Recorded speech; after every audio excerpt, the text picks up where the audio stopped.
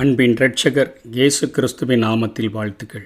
இந்த நாளிலும் ஆமோஸ் தீர்க்கதரிசியின் புஸ்தகம் 5வது அதிகாரம் 18ஆம் வசனத்திலிருந்து 27வது வசனம் வரையிலும் 3 தலைப்புகளின் கீழே இங்கே ஆமோஸினுடைய புலம்பலின் காரியத்திலிருந்து நாம் கற்றுக்கொள்ளப் போகிறோம்.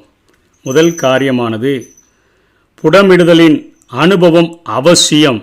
இஸ்ரவேல் ஜனங்களுக்கும் புடமிடுதலின் அனுபவம் அவசியம். சபையின் மக்களுக்கும் புடமிடுதலின் அனுபவம் அவசியம் என்கிற காரியத்தையும், வாழ்க்கையற்ற வீணைகளாக அவர்கள் மாறிப்போன அந்த காரியத்தை குறித்தும், குடியோட்டுவேன் என்கிற தண்டனையை குறித்தும் மீதமுள்ள வசனங்களிலே நாம் கற்றுக்கொள்ள முடியும்.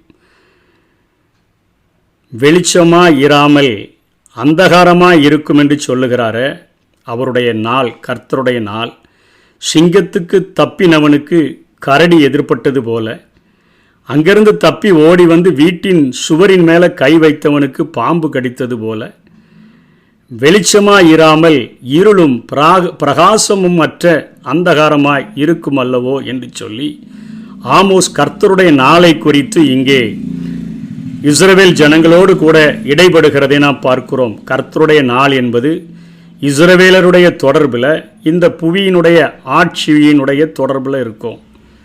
தீமைகள் நிறைந்த இந்த உலகத்தில் நீதியான ஆட்சியை வழங்க மேசியா விரைவில் வருவார் என எதிர்பார்த்த மக்கள் பல இஸ்ரவேலர் அன்றும் காத்திருந்தார்கள், இன்றைக்கும் காத்திருக்கின்றார்கள். ஆனால் நல்லாட்சிக்காக காத்திருந்தவர்கள் ஒரு நல்ல வாழ்வை முன்வைக்க வேண்டியதாக இருக்கிறது. அது இஸ்ரவேலர்களாக இருந்தாலும் சரி, சபையின் நாட்களில் வாழக்கூடிய நாமாக இருந்தாலும் சரி, ஆண்டவருடைய வருகைக்காக காத்திருக்கக்கூடிய நம்ம ஒரு நல்ல வாழ்க்கையை, ஆண்டவருக்கு பிரியமுள்ள ஒரு வாழ்க்கையை, முதலாவது தேவனுடைய ராஜ்யத்தையும் அவருடைய நீதியையும் தேடுகிற வாழ்க்கையை நம்ம முன்வைக்க வேண்டியது அவசியமாக இருக்கிறது. ஆனால் அவர்களின் நடுவிலோ தீமையானது தலைவிரித்தாடியது. இது நிமித்தம் இஸ்ரவேலை சந்திக்கிற கர்த்தருடைய நாள் ஆபத்து மிக்கதாக இருக்கும் என ஆமோஸ் அங்கே குறிப்பிடுகிறதை நாம் பார்க்கிறோம். மாசு நிறைந்த பொன்னாக இஸ்ரவேலர்கள் மாறிப்போனபடியினால அவர்களுக்கு ஒரு புடமிடுதலினுடைய அனுபவம் வரும் என்பதை ஆமோஸ் அறிந்திருந்தார்.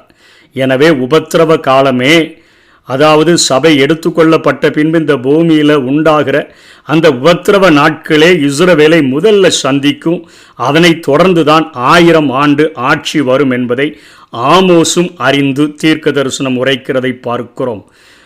மாசு நிறைந்த பொன்னாக மாறிப்போனவர்கள் ஒரு உபத்திரவ காலங்களின் வழியாகத்தான் அவர்கள் சுத்தமான பொன்னாக பட முடியும். அதற்கு பின்பாகத்தான் 1000 ஆண்டு ஆட்சி வரும் என்கிற காரியங்கள் வலியுறுத்தப்படுகின்றன. அதே போல கிறிஸ்துவின் நாளை எதிர்நோக்கி இருக்கக்கூடிய விசுவாசிகளாகிய நாம் நீதி நிறைந்த அரசரின் ஆட்சியில் பங்குடையவர்களாக மாறுவோம் என்று நம்ம அறிக்கையிடுகிறோம். நீதி உள்ள நாட்டில் வாழச் செல்லக்கூடிய நம்ம, நீதி உள்ள அரசாட்சியில் பணியாற்ற காத்திருக்கக்கூடிய நம்ம எவ்வாறு நாம் அங்கே போய் சேர முடியும்னு சொன்னால், 2 கொரிந்தியர் 5:10 கொரிந்து சபைக்கு பவுல் எழுதுகிறார், கிறிஸ்துவின் நியாயாசனத்தின் வழியாக கடந்து சென்ற பின்புதான் அந்த கல்யாண நிகழ்ச்சி, ஆட்டுக்குட்டியானவரின் கல்யாண விருந்து என்று சொல்லி அழைக்கிறோமே, அந்த நிகழ்ச்சியில் நம்ம பங்கு பெறுகிறவர்களாக நாம் மாற முடியும். நம்மை திருத்தி கொள்ளக்கூடிய காலமாக இது இருக்கிறது. நமக்கு கொடுக்கப்படுகிற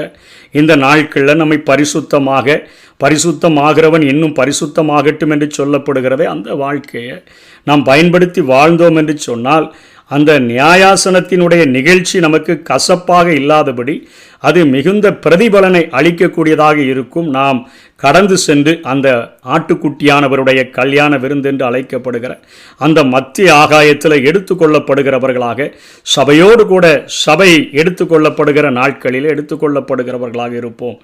ஏனென்றால் சரீரத்தில் அவனவன் செய்த நன்மைக்காவது தீமைக்காவது தக்க பலனை அடையும்படிக்கு நாம் எல்லாரும் கிறிஸ்துவின் நியாயாசனத்துக்கு முன்பாக வெளிப்பட வேண்டும் என்று வேதம் நமக்கு கற்றுக் கொடுக்கிறதை நாம் பார்க்கிறோம். அதே போல் அதுக்கு அடுத்தபடியாக நமக்கும் ஒரு புடமிடுதல் இருக்கிறது, இஸ்ரவேலருக்கும் புடமிடுதல் இருக்கிறது. கர்த்தருடைய நாள் என்பது அவருடைய புடமிடுதல்களின் நாட்கள். கிறிஸ்துவின் நியாயாசனம், கிறிஸ்துவின் நாள் என்பது நமக்காக கொடுக்கப்பட்ட நாட்கள். இந்த புடமிடுதல் நடந்த பின்புதான் பொன்னாக விளங்கினால் நித்திய ஜீவனை நாம் பெற்றுக்கொள்ள முடியும்.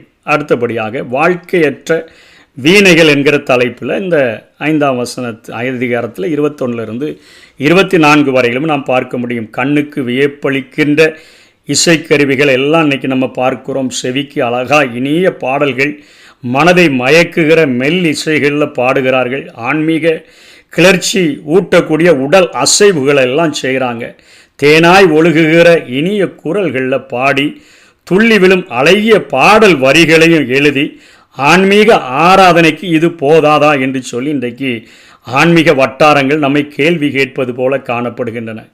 கண்ணுக்கு வியப்பளிக்கிற இசைக்கருவி, செவிக்கு இனிய பாடல், மனிதை மயக்குகிற மெல்லிசைகள், ஆன்மீக கிளர்ச்சி ஊட்டுகிற உடல் அசைவுகள், அப்படி அசையணும் இப்படி அசையணும், எத்தனையோ காரியங்கள், தேனாய் ஒழுகுகிற குரல்கள், இவையெல்லாம் ஆன்மீக ஆராதனைக்கு போதாதான்னு கேட்குற ஒரு ஆன்மீக வட்டாரத்தில் வாழ்ந்து கொண்டு இருக்கிறோம். இவை தேவனுக்கு வெறுப்பை அளிக்கக்கூடிய செயல்களாக இருக்கும் என்று சொன்னால், இவற்றுக்கு உயிருண்டா அப்படின்னு நம்ம கேட்டோன்னு சொன்னால், கரைபட்ட கரங்களால் மீட்டும் இன்னிசைகள் தேவனுடைய காதுகளை மகிழச் செய்யுமா அப்படின்னு நம்ம கேள்வி கேட்பதற்கு நம்ம கடமைப்பட்டவர்களாக காணப்படுகிறோம். தூயமையற்ற உள்ளம் கொண்டோரின் இனிய குரலோசை தேவ மனதை மகிழச் செய்யுமா?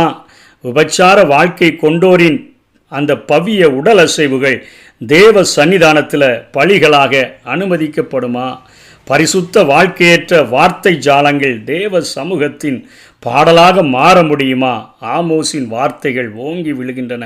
வசனம் 24 நியாயம் தண்ணீரைப் போலவும் நீதி வற்றாத நதியைப் போலவும் புரண்டு வர கடவுது. முன்பு வாழ்க்கையை சரிபடுத்திவிட்டு நாம் ஆராதிக்கிறவர்களாக காணப்பட வேண்டும். இல்லை என்று சொன்னால் வாழ்க்கையற்ற ஒரு வீணை ஓசையை எழுப்புகிற வீணைகளைப் போல நம்முடைய வாழ்க்கை மாறிவிடும் என்று சொல்லி இங்கே ஆமோஸ் எச்சரிக்கிறதை பார்க்கிறோம். இன்றைக்கு நமது நடிப்புகள் நாடக மேடைகளில் ஏறலாம், ஆனால் நாதனுடைய திருவடியை அது சேராது. மக்களை கவரலாம், ஆனால் ஆண்டவர் கோபம் உருகிறவராக மாறிவிடுவார். உலகை வியக்க வைக்கலாம், பரலோகம் நியாய தீர்ப்பை நமக்கு ஆயத்தப்படுத்திவிடும். வேடங்களை விட்டுட்டு வெளியேறலன்னு சொன்னால் வாள்கள் தான் நம்மை எதிர்கொள்ளும். ஜாக்கிரதையாக இருந்து மனம் திரும்பி நன்மை செய்வோம். அயலான் மீது அக்கறையற்ற ஆராதனைகள் விக்கிரகங்களுக்கு காட்டும் தூபங்களுக்கு சமமானவை என்பதை ஆமோஸினுடைய அந்த கருத்தினுடைய சாராம்சமாக இருக்கிறது. கடைசியாக 25 27 வரை ஆண்டவர் என்ன சொல்கிறார்னா, இருதயத்தில் அவரையும் அவருடைய வேதமாகிய சத்தியத்தையும் சுமக்கும்படியாக ஆண்டவர் விரும்புகிறார். ஆனால் அவர்கள் யாரை சுமக்கிறாங்கன்னா, இஸ்ரவேலர்கள் வனாந்திரத்தில் கர்த்தருக்கென்று பலிகளையும் காணிக்கைகளையும் செலுத்தி வந்தார்கள் என்பது உண்மையாக இருந்த போதிலும் அசீரியர்களின் தேவனுடைய கூடாரங்களையும் சுமந்து வந்த துரோகிகள் என்பது ஆமோஸின் வழியாக தேவனுடைய குற்றச்சாட்டாக இருக்கிறது. மேலேகுடைய கூடாரத்தையும் சொருபங்களின் சப்பரத்தையும் அவர்கள் சுமந்து வந்திருந்திருக்கிறார்கள். அதனால் அவர்களுக்கு என்ன தண்டனை கொடுப்பேன்? குடியோட்டுவேன். அதாவது தமஸ்குவுக்கு அப்பாலே குடியோட்டுவேன் என்று கர்த்தர் சொல்லுகிறார். தமஸ்குவை தாண்டி அசீரியர்கள் தேசத்துக்கு நீங்கள் சிறையிருப்பாக போய்விடுவீர்கள் என்று சொல்லுகிறதை பார்க்கிறோம். இன்றைக்கும் முதலாவது தேவனுடைய ராஜ்யத்தை அவருடைய நீதியை தேடுங்கள்னு சொல்லுகிறத, உலக பொருளுக்கும் தேவனுக்கும் உங்களால் ஊழியம் செய்ய முடியாதுன்னு சொல்லுகிறத. ஆகவே இன்றைக்கு பொருளாசையாகிய விக்கிரகம் ஆண்டவரை வைக்க வேண்டிய இடத்துல நம்ம எதையெல்லாம் வைக்கிறோமோ அவைகள் இன்றைக்கு அது ஒரு விக்கிரகத்துக்கு சமமாக அதற்கு அடிமைப்படக்கூடியவர்களாக மாறிவிடுகிறோம்.